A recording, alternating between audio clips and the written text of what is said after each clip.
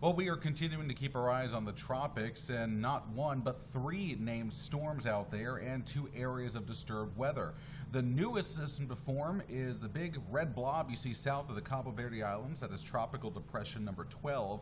Forecast to become the next tropical storm that would be given the name Kirk, and the models and the forecast from the NHC have this becoming a major hurricane late next week, but this will likely move out into the central Atlantic, posing no threat to the U.S. Same can be said for Tropical Storm Isaac in the North Atlantic, which is weakening, and Joyce, which is really struggling right now, will likely become just a remnant low over the next couple of days. The area that we are watching that's closest to home is the Caribbean and southern Gulf of Mexico, another very large area where we could see some tropical development. Still about a 50-50 shot of that happening over the next 7 days.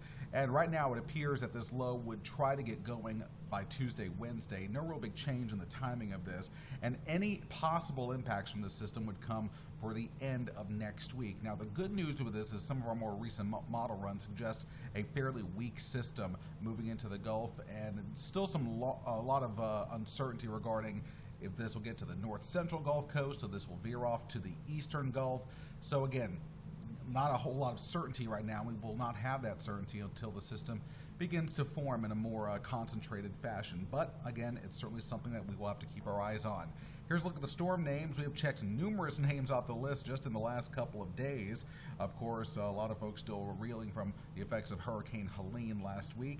We have Isaac out there, Joyce as well. Again, Kirk, Leslie, and Milton are the next three names up for the 2024 Atlantic hurricane season.